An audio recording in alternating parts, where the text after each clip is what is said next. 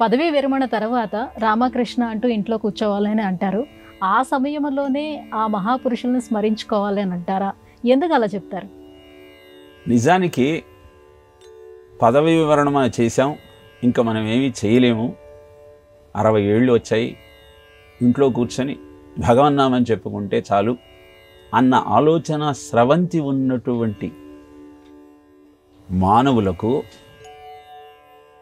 ధర్మాన్ని ఆచరించమని అర్జునునికి ప్రబోధించినటువంటి కృష్ణుడి నామాన్ని, ధర్మాన్ని ఆచరించి చూపి ధర్మాచరణ యొక్క వైశిష్ట్యాన్ని తెలియజేసిన రాముణ్ణి జ్ఞాపకం చేసుకుంటూ, జీవితము అంటే కేవలము నిరాశ నిస్పృహలతో ఉండటం కాదు, శక్తి సన్నగిల్లిందన్న భావనతో విశ్రాంతి తీసుకోవటం కాదు,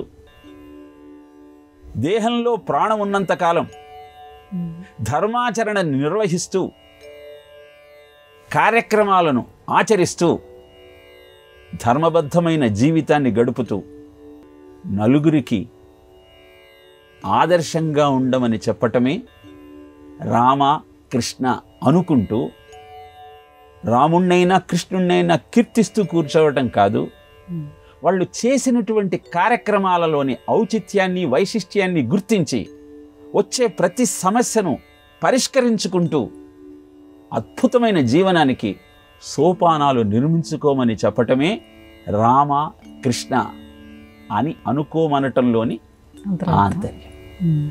కానీ సామాన్యంగా మనం అనుకునే విధానం ఏమిటంటే, ఏమీ చేయకుండా ఇంట్లో కూర్చొని రామ కృష్ణ అనుకుంటూ ఆ భగవన్నామాన్ని చెప్పుకుంటూ ఆచరించాల్సిన నిత్య నైమిత్తిక కర్మలకు కూడా తిలోదకాలిస్తూ, ఏమిటి అంటే రిటైర్ అయ్యాం, విశ్రాంతి తీసుకుంటున్నాం అన్న భావనతో జీవితాన్ని గడిపితే ఆ రామకృష్ణ అనుకోమనటంలోని అంతరార్థం మనం గ్రహించనట్టే.